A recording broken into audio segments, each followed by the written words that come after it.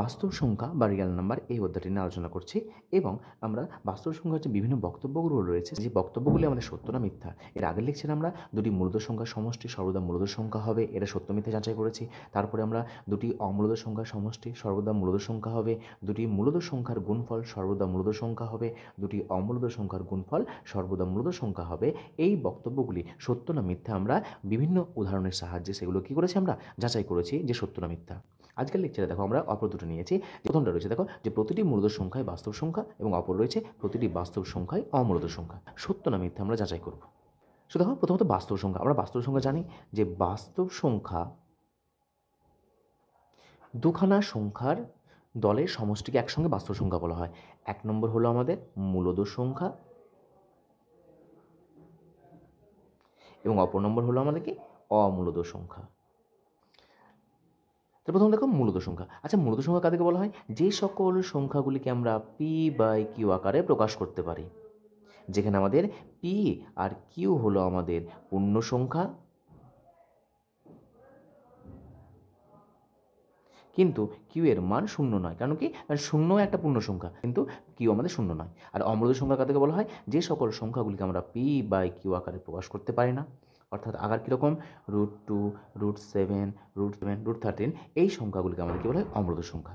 তাহলে দেখো প্রথমে বলেছে যে প্রতিটি মূলদ সংখ্যায় বাস্তব সংখ্যা।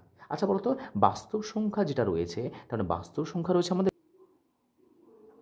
তাহলে বাস্তব সংখ্যা তাহলে এটা কী হচ্ছে? দেখো এটা একটা ধরে নাও যে ঘরটা হলো আমাদের বাস্তব সংখ্যা। তাহলে এই বাস্তব সংখ্যার মধ্যে কে আছে? বাস্তব সংখ্যার মধ্যে রয়েছে দেখো একটা রয়েছে মূলদ সংখ্যা আর একটা রয়েছে অমূলদ সংখ্যা। তাহলে এই যে আমাদের টোটাল এই ঘরটা, সেই ঘরের মধ্যে কে আছে? সেই ঘরের মধ্যে আমাদের মূলদ সংখ্যা রয়েছে আর অমূলদ সংখ্যা রয়েছে। তার মানে সমস্ত মূলদ সংখ্যা হলো বাস্তব সংখ্যা, আবার সমস্ত অমূলদ সংখ্যা হলো বাস্তব সংখ্যা। তাহলে এই যে দুটি দল, সেই সংখ্যা দুটি দলের সমষ্টিকে একসঙ্গে বাস্তব সংখ্যা বলা হয়। তাহলে বলো যে প্রতিটি মূলদ সংখ্যাই বাস্তব সংখ্যা। তাহলে বলো তো বাস্তব সংখ্যার ভেতরে রয়েছে, তাহলে বাস্তব সংখ্যা যদি ভেতরে থাকে তাহলে নিশ্চয়ই এই মূলদ সংখ্যা সকল মূলদ সংখ্যাগুলো বাস্তব সংখ্যার মধ্যে রয়েছে। সুতরাং আমাদের প্রতিটি মূলদ সংখ্যা হলো বাস্তব সংখ্যা। তাহলে প্রথম যেটা রয়েছে সেটা হলো আমাদের কি সত্য। প্রতিটি মূলদ সংখ্যাই বাস্তব সংখ্যা, মানে যতগুলো বাস্তব সংখ্যার মধ্যে যেহেতু রয়েছে আমরা বলতে পারবো যে মূলদ সংখ্যা সমস্ত মূলদ সংখ্যাগুলো হলো বাস্তব সংখ্যা, আবার সমস্ত অমূলদ সংখ্যাগুলো হলো বাস্তব সংখ্যা। কারণ বাস্তব সংখ্যা সেটটাই হলো এমন বা বাস্তব সংখ্যার দলটা হলো এমন যে দলটি হলো আমাদের দুটো দলের সমষ্টি, এক মূলদ সংখ্যার দল, এক অমূলদ সংখ্যার দল। তবে সমস্ত মূলদ সংখ্যা বাস্তব সংখ্যা, আবার সমস্ত অমূলদ সংখ্যা হলো বাস্তব সংখ্যা। তাহলে প্রথম যে তথ্যটা রয়েছে, প্রথম বক্তব্যটা রয়েছে, সেই প্রথম বক্তব্যটি হলো আমাদের কি সঠিক বা সত্য। দ্বিতীয়টা বলেছে দেখো প্রতিটি বাস্তব সংখ্যাই অমূলদ সংখ্যা। তো প্রতিটি বাস্তব সংখ্যায় বলেছে। আচ্ছা প্রতিটি বাস্তব সংখ্যা বলতে কী বোঝাচ্ছে? ধরো নাও যে 3/5 এটা একটা বাস্তব সংখ্যা, আবার ধরো নাও √2 এটা একটা বাস্তব সংখ্যা। কেন? এই যে 3/5 রয়েছে এটা হলো আমাদের মূলদ সংখ্যা, 3/5 এটা হলো আমাদের মূলদ সংখ্যা, আর √2 এটা হলো অমূলদ সংখ্যা।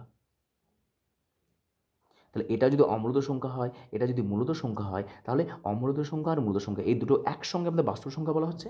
তার মানে বাস্তব সংখ্যার মধ্যে মূলদ সংখ্যাও রয়েছে, অমূলদ সংখ্যাও রয়েছে, কিন্তু বলেছে প্রতিটি বাস্তব সংখ্যাই অমূলদ সংখ্যা। আচ্ছা বলো তো এটা তো আমাদের কি 3/5 এটা বাস্তব সংখ্যা, তাহলে এটা যদি বাস্তব সংখ্যা হয়,